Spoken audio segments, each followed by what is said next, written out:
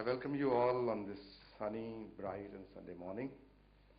Those who are present in this hall on this Sunday morning have got self-drive to become entrepreneur and entrepreneurial managers whose commitment to work or a cause is far higher than the rest.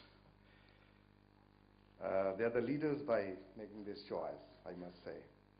I feel privileged to introduce Mr. Gautam Gandhi, who is from Google. Mr. Gandhi currently leads new business development efforts for Google India. This includes managing early stage partnerships, explorations, technology licensing, and mergers and acquisitions. He completed his MBA from Tepper School of Business at Carnegie Mellon University, where he was named as the Roseman Kenfield Entrepreneur of the Year. My introduction will not be complete if I do not say that he is a co-founder and Chief Sales and Marketing Officer of a ClearCount Medical Solutions. He founded this company in 2003. ClearCount uses patented RFID technology to track surgical sponges and instruments during surgery to prevent retained foreign bodies. So he's an entrepreneur, he's a manager, entrepreneurial manager I must say, and with a Google itself a kind of a company which is very, very entrepreneurial. I invite Mr. Gandhi to have interaction, to have his talk, to guide our students who are, and rest of the members who have come at this Sunday morning, about the mystique of entrepreneurship.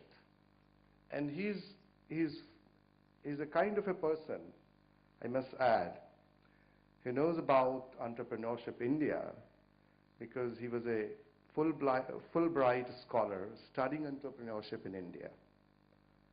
And he has published articles, he has published reports on Entrepreneurship India. So he has got, wearing three different hats. Being an entrepreneur, a scholar in entrepreneurship in India, and then working for a Google, which is a very entrepreneurial company. So it will be very worthwhile and fruitful on our part to have this interaction. Thank you very much, and I welcome to Mr. Gandhi.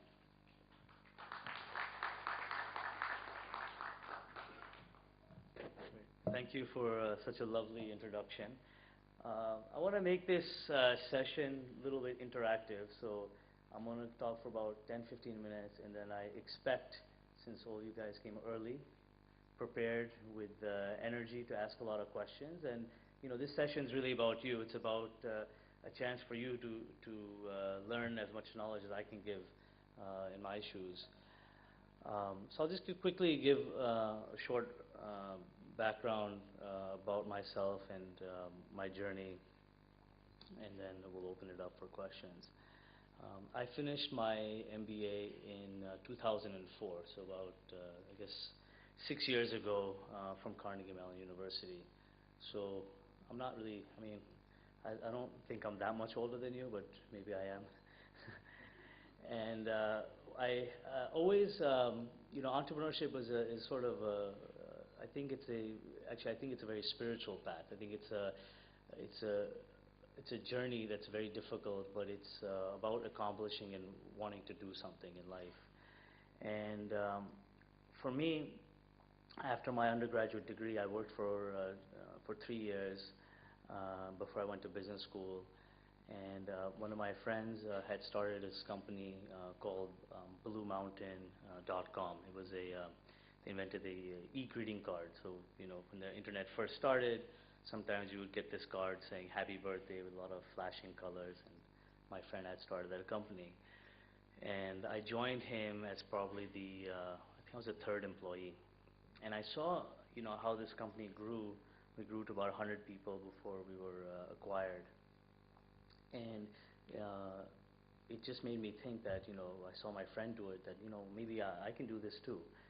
And when I wanted to start the company, I said, what do I want to start a company in? What do I want to do? What do I want to achieve in life? What do I want to accomplish? What do I want to leave behind? And that's the part that's very spiritual when you think about what you want to do. And so the first advice I give to people is when they want to start a company. A lot of people come to me, I have this great idea. And I say, I don't want to hear great ideas. I have no desire to hear great ideas. I want to hear about great problems. I want you to tell me problems that are vast, that are big, and then show me how you're solving the problems. And I believe, my theory is that most businesses that are launched, that are successful, are really solving problems. So I had an unfortunate story that led me to start this company. There was a friend of mine in business school whose father had a surgical sponge left inside him, and he almost died. He had it removed. But after 8 weeks, he had the open heart bypass surgery. And after the surgery, he had a pain where the surgical procedure took place. And he went back to the doctor and said, I have a pain there. And the doctor said, that's very normal. Take some more medication. And he came back and he said, something is not right. And every week he would come and say, something is not right.